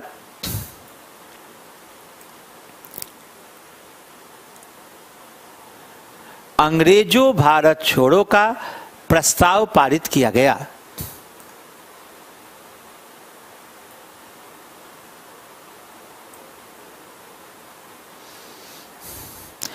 गांधी जी के इस विचार को पूर्ण समर्थन मिला कि भारत में संवैधानिक गतिरोध तभी दूर हो सकता है जब अंग्रेज भारत से चले जाए।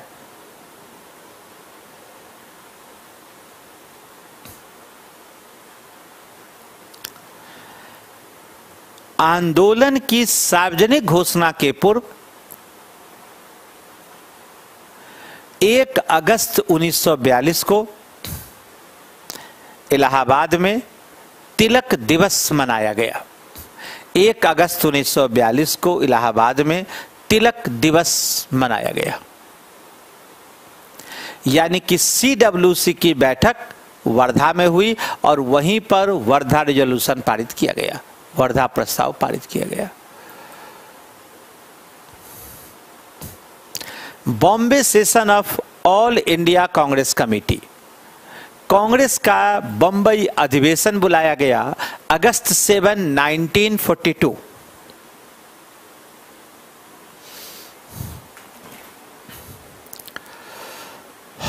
स्थान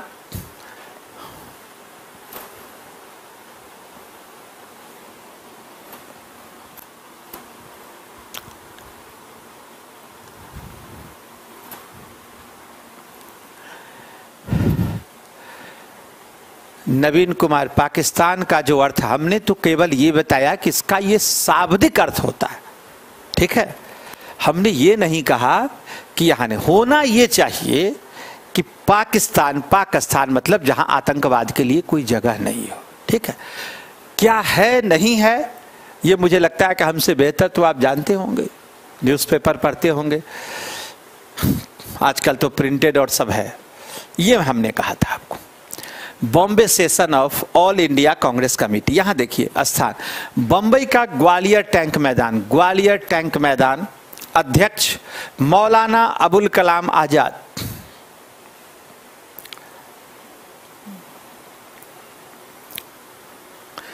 प्रारूप महात्मा गांधी।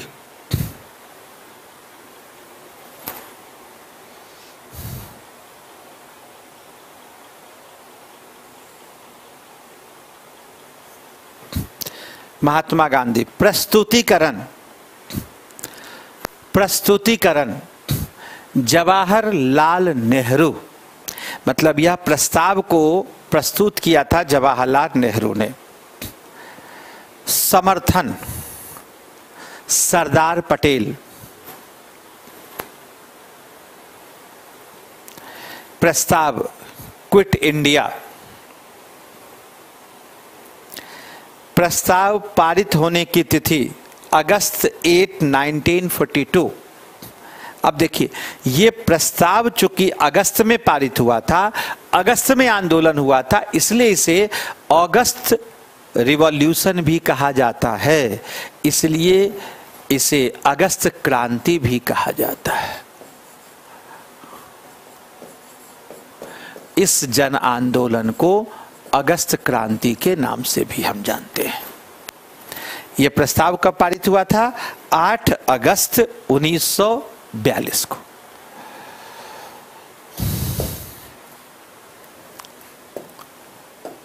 अब देखिए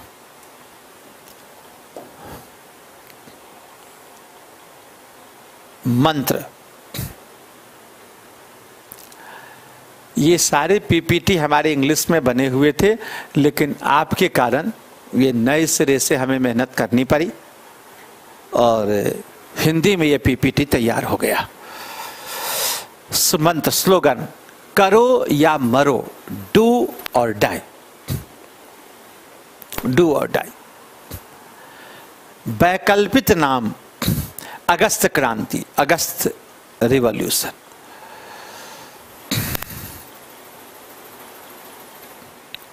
reaction of the government.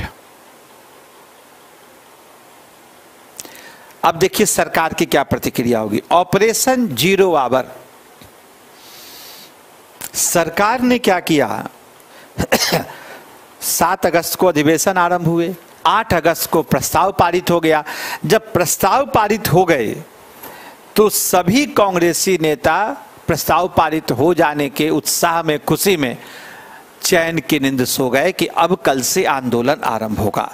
British सरकार अब पूरे घटनाक्रम पर नजर रखी हुई थी और 8 अगस्त की मध्य रात्रि को, तो चूंकि ऑपरेशन जीरो आवर मतलब 12 बजे के बाद का जीरो आवर कहलाता है, यानी कि 9 अगस्त की सुबह में ये ऑपरेशन जीरो आवर किया और जितने प्रमुख नेता थे सबको गिरफ्तार कर विभिन्न जेलों में रखा गया।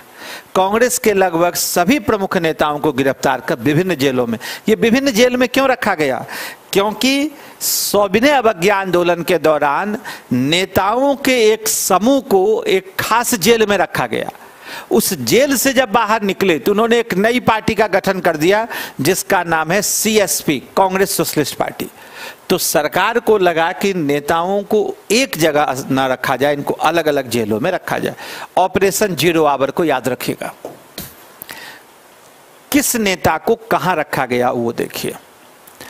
महात्मा गांधी, सरोजनी नायडू और कस्तूरबा गांधी, इन्हें रखा गया आगा खां पैलेस पुणे में। इन्हें रखा गया आगा खां पैलेस पुणे में।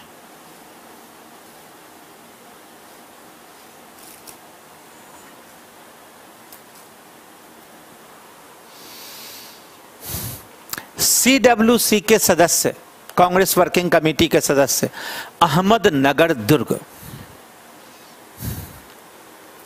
अहमदनगर दुर्ग। जवाहरलाल नेहरू,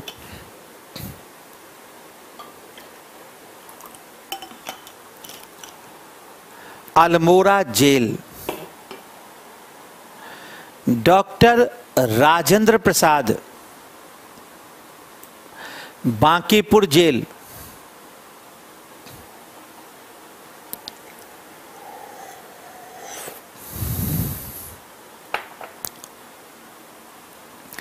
मौलाना अबुल कलाम आजाद, बांकुड़ा जेल।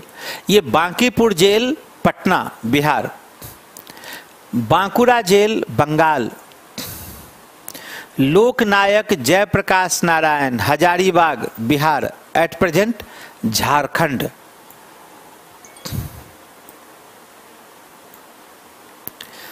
कांग्रेस असंवैधानिक संस्था घोषित कर दी गई।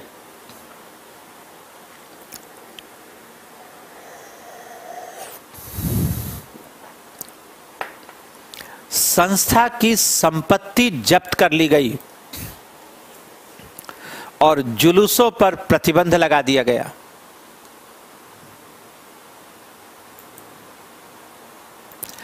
अब आंदोलन का नेतृत्व किनके हाथ में आ गया वो देख लीजिए। कुछ नए नेता सामने आ गए, चूंकि बड़े बड़े नेता जेल के अंदर थे। अच्युत पटवर्धन,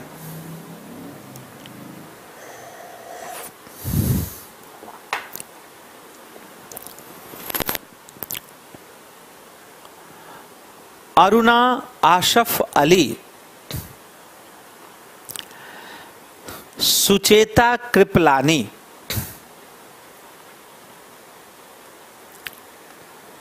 राम मनोहर लोहिया, बीजू पटनायक, छोटू भाई खुडानिक,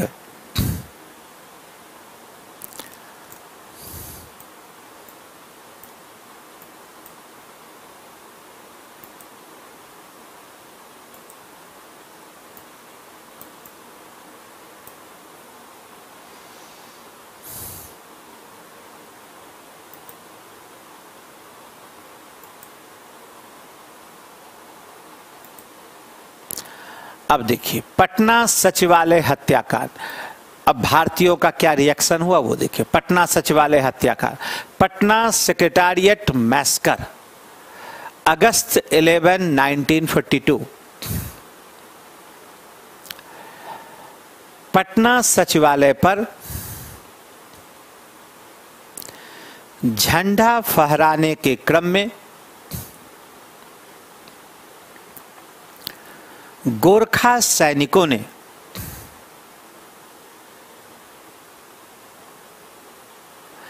सात युवा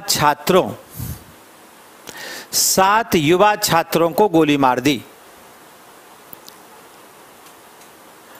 इससे आंदोलन में हिंसा का समावेश हो गया।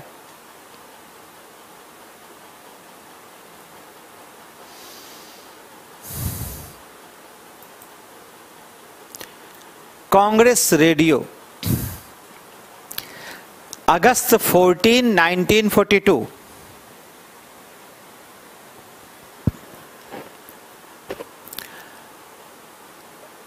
अब ये जो इलीगल वायरलेस सेट था, उसका एक सेंटर बॉम्बे था जो उषा मेहता चलाती थी, दूसरा नासिक बाबू भाई ठक्कर, और नियमित वक्ता थे राम मनोहर लोहिया। राम मनोहर लोहिया आगे चलकर एक प्रसिद्ध समाजवादी नेता बने, राम मनोहर लोहिया।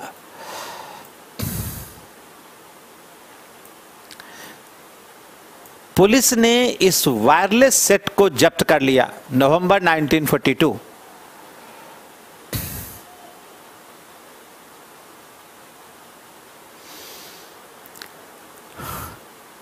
इस अपराध में उषा मेहता और बाबू भाई ठक्कर को 4 वर्ष की सजा हुई।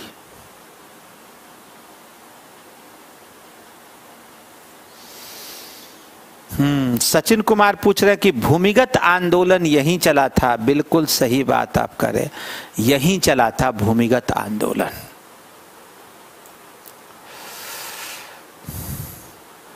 कांग्रेस रेडियो, समानांतर सरकार, पैरेलल गवर्नमेंट्स, अगस्त 1942 ऑनवर्ड्स। बलिया संयुक्त प्रांत, अगस्त 1942। बलिया और गाजीपुर क्षेत्र,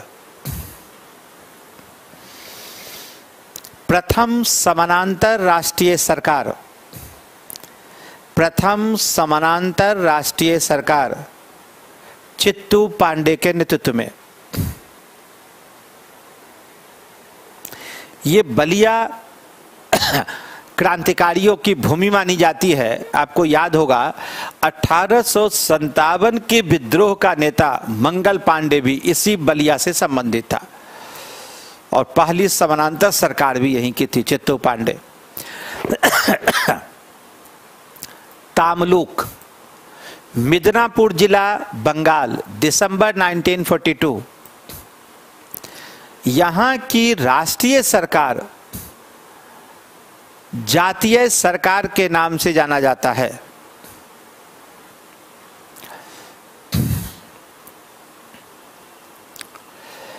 यहां की 73 वर्षीय किसान विधवा मातंगनी हजारा ने गोली लग जाने के बाद भी राष्ट्रीय झंडे को ऊंचा रखा था। आप सोचिए, 73 इयर्स की ये महिला थी और ये तिरंगा लेकर चल रही थी। पुलिस ने गोली मार दी, गोली लग गई, लेकिन उसने तिरंगा झंडा को छोड़ा नहीं। ये जज्बा था उस समय का।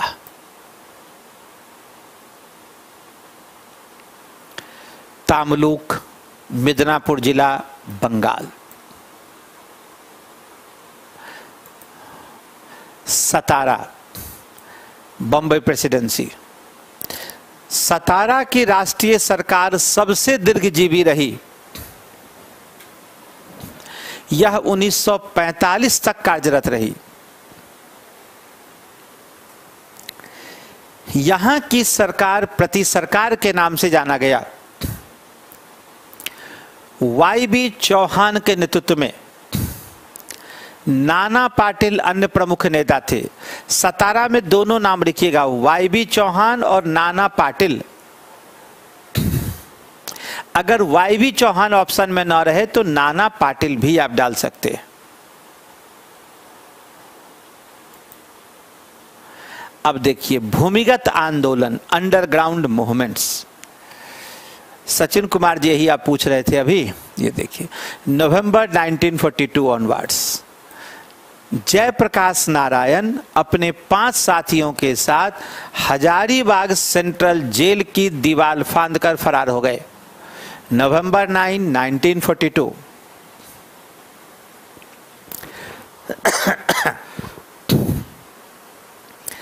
केंद्रीय संग्राम समिति का गठन किया।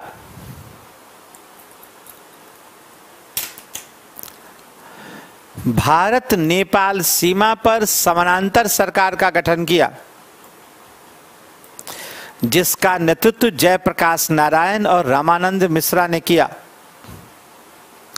भूमिगत आंदोलन का मतलब होता है कि सरकार से नजर बचाकर छिपकर आंदोलन करना। इस आंदोलन में यातायात और संचार के साधनों को नष्ट किया गया था। यातायात और संचार के साधन से हमारा मतलब यह है कि roadways, railways, telegraph line, telephone line, wireless set और जो पोस्टल सर्विसेज है, इन सब को डैमेज किया गया था। ध्यान में रखिएगा, सार्वजनिक संपदा को क्षति पहुंचाई गई, लेकिन निजी संपदा को क्षति नहीं पहुंचाई गई। आलोचनाएं, अब इस क्विट इंडिया मूवमेंट का भारत के किस किस दलों ने आलोचना की? साम्यवादी दल, सोवियत संघ के निर्देश पर,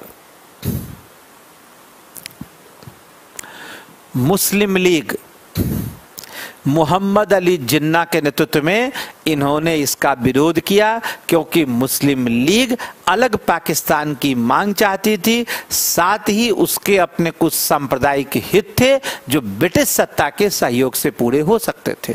अकाली दल, यह भी अपने समुदाय के लिए, सिख के लिए विशेष सुविधाओं की आकांक्षा रखती थी और यह भी ब्रिटिश सत्ता से सहयोग करना चाहती थी। आगे देखिए, इंडिपेंडेंट लेबर पार्टी, इसने भी इस आंदोलन का विरोध किया।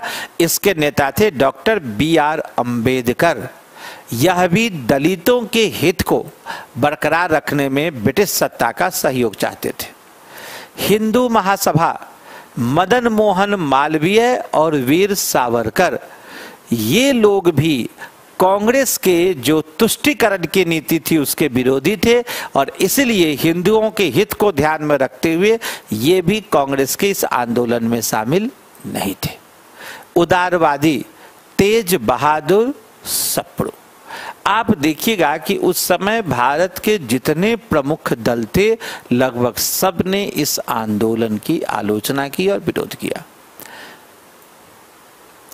इसी दौरान मुस्लिम लीग का कराची अधिवेशन हुआ 1943 में और उसमें एक स्लोगन दिया गया, डिवाइड एंड क्विट। भारत ने क्या कहा था? Quit India.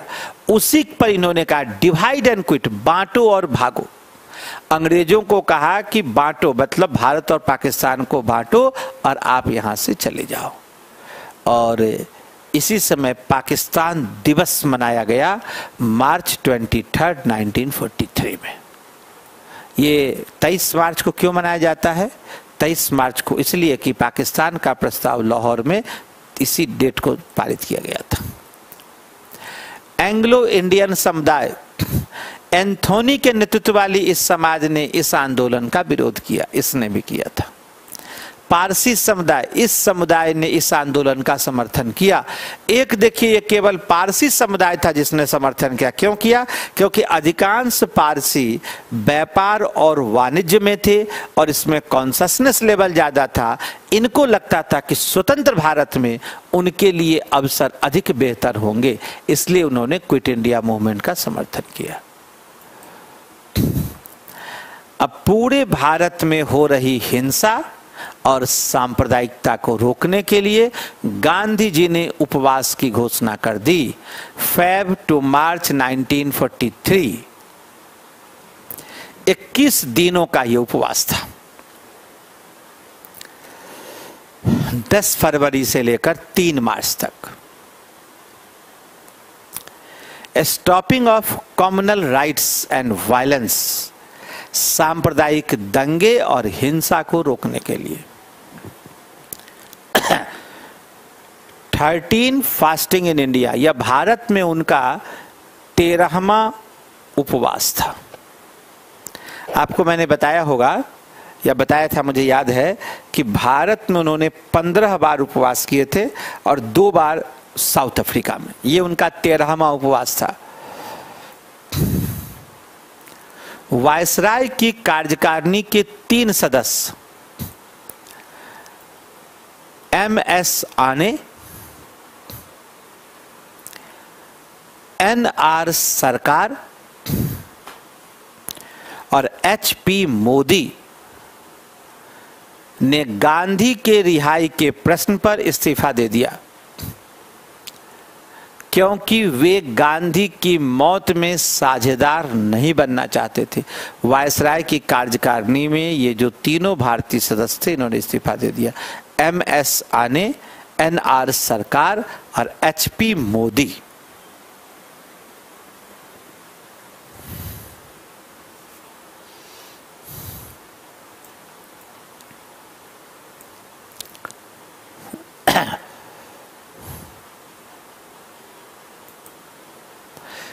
गांधी जी की रिहाई मई 6, 1943। खराब स्वास्थ्य के आधार पर गांधी जी को जेल से रिहा कर दिया गया।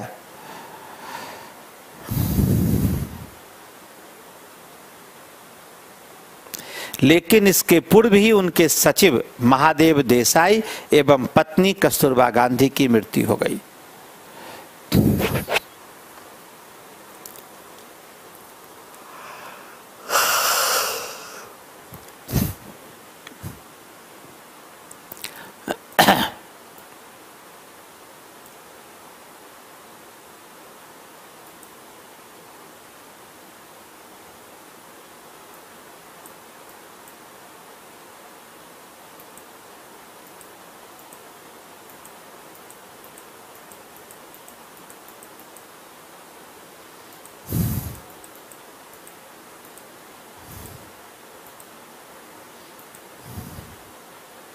गांधी जी की रिहाई।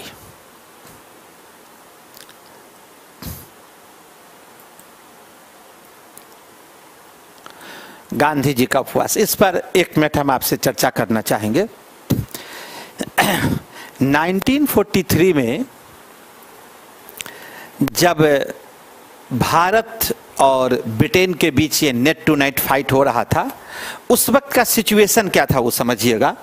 सेकेंड वर्ल्ड वार चल रहे थे और उस सेकेंड वर्ल्ड वार में ब्रिटेन की ओर से, यहां आप देखें,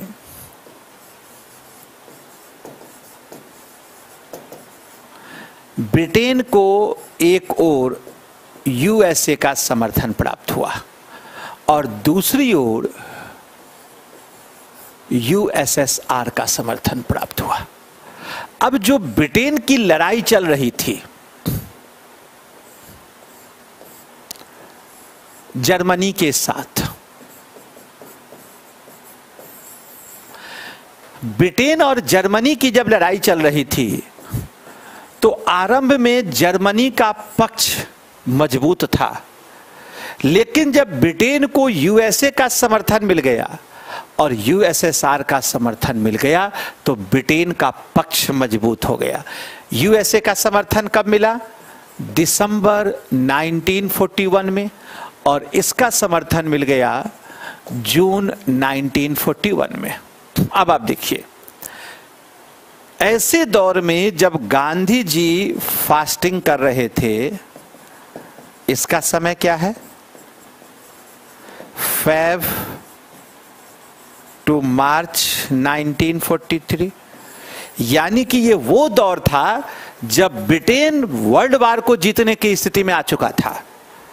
अब ब्रिटेन के साथ समस्या ये थी कि जहां पूरे वर्ल्ड वार को ब्रिटेन जीत रहा था, वहीं भारत पर एक व्यक्ति ने उपवास करके ब्रिटिश सत्ता को झुकाने का प्रयास किया। तो ब्रिटिश प्रधानमंत्री विंस्टन चर्चिल ने कहा कि हम उस गांधी जी से कैसे समझौता कर सकते हैं जो हमेशा से हमारा विरोधी रहा है। ये यही गांधी जी हैं, कभी असहयोग आंदोलन, कभी सबने अवज्ञा आंदोलन, कभी भारत छोड़ो आंदोलन के द्वारा ये सामने आ जाते हैं। तो हम क्यों ना ऐसा करें कि इस बार इनसे हम उपवास को तोड़ने का कोई अनुरोध न करें। और चूंकि गांधी जी ने कहा है कि फास्टिंग अनटू डेथ, यानी कि क्या कहते हैं उसको, आमरण अनशन पर बैठे हैं, तो गांधी जी खुद ही दम तोड़ देंगे और मुझ पर उनको मारने का कोई आरोप भी ना लगेगा। और जब वर्ल्ड वार में इतने लोग मारे ही जा रहे हैं तो गांधी जी खुद ही अपनी मौत मर जाए। तो ब्रिटिश सरकार ने वायसराय को इंस्ट्रक्शन दिया कि गांधी जी से कोई समझौता न किया जाए। और यही नहीं, ब्रिटिश प्रधानमंत्री के निर्देश पर वायसराय ने, जहां ये बंद थे पुणे के यरबदा जेल में, उस यरबदा जेल के चारों ओर अत्यधिक सुरक्षा बढ़ा दी। पूरा बॉम्बे प्रेसिडेंसी में सेना का फ्लैग मार्च आरंभ हो गया कि यदि खुदा न खास्ता गांधी जी की मृत्यु हो जाए तो सेना नियंत्रण कर लेगी। खुली ट्रक की व्यवस्था की गई ताकि गांधी जी को उस पर डेड बॉडी को रखकर पूरे क्षेत्र में घुमाया जाएगा, लोग अपना श्रद्धा सुमन उस पर अंकित कर पाएंगे। फूल वाले को ऑर्डर दे दिया गया कि आप फूल भेजवा देने के लिए। एक चार्टर प्लेन खड़ा था पुणे में कि अगर ऐसा कुछ होता है तो गांधी जी के मरने के बाद इनके होम टाउन ले जाया जाएगा। अब आप सोचिए, ऑफिस को निर्देश दे दिया गया कि अगर ऐसी सूचना हो तो ऑफिस बंद कर दिया जाए और राष्ट्रीय झंडा को आधा झुका दिया जाए। मतलब गांधी जी के मरने के बाद की पूरी तैयारी कर ली गई। अब ऐसी स्थिति में जब ब्रिटिश सरकार कोई समझौता करने को तैयार नहीं थी तो गांधी जी के शुभचिंतक गांधी जी के पास गए आगा खां पैलेस में। उन्होंने कहा कि आप यहां पर उपवास पर बैठे हैं, उधर ब्रिटिश सरकार ने तो आपके मरने के बाद की पूरी तैयारी कर ली है। उद्देश्य क्या था फास्टिंग का? कि नैतिकता के द्वारा अपने विरोधी को झुकाना। लेकिन जब सामने वाले में नैतिकता ही न रहे तो इस उपवास का कोई महत्व नहीं रह जाएगा। तब गांधी जी ने क्या किया कि वह उठे और आगा खां पैलेस के टेरिस पर आए। बाहर हजारों लोग खड़े थे। वहां एक बड़ा इमोशनल स्पीच दिया और बताया कि हमने किन परिस्थितियों में क्विट इंडिया मूवमेंट आरंभ किया था। और फिर उन्होंने कहा कि वर्तमान परिस्थिति को देखते हुए मैं स्वयं ही यह आंदोलन वापस लेता हूं, क्योंकि राष्ट्रहित में मेरा जिंदा रहना जरूरी है। 21 दिन के पश्चात गांधी जी ने यह उपवास वापस ले लिया, क्योंकि गांधी जी का स्वास्थ्य लगातार नीचे गिरता जा रहा था।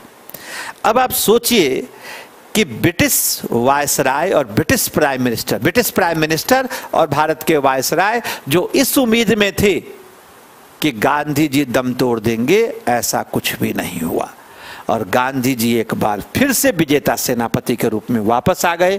तो यहां पर एक बात समझने की चीज है कि गांधी जी का जो उपवास था वह उनकी रणनीति का एक भाग था, स्ट्रेटजी का एक भाग था।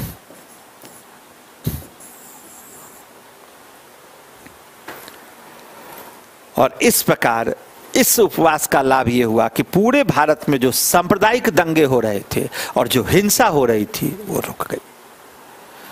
तो इसके के साथ ये क्विट इंडिया मूवमेंट समाप्त हो गया। सैद्धांतिक तौर पर, सुनिए, व्यवहारिक तौर पर तो ये मार्च 1943 में समाप्त हो गया, लेकिन सैद्धांतिक तौर पर ये तब समाप्त हो गया जब शिमला सम्मेलन की घोषणा की गई।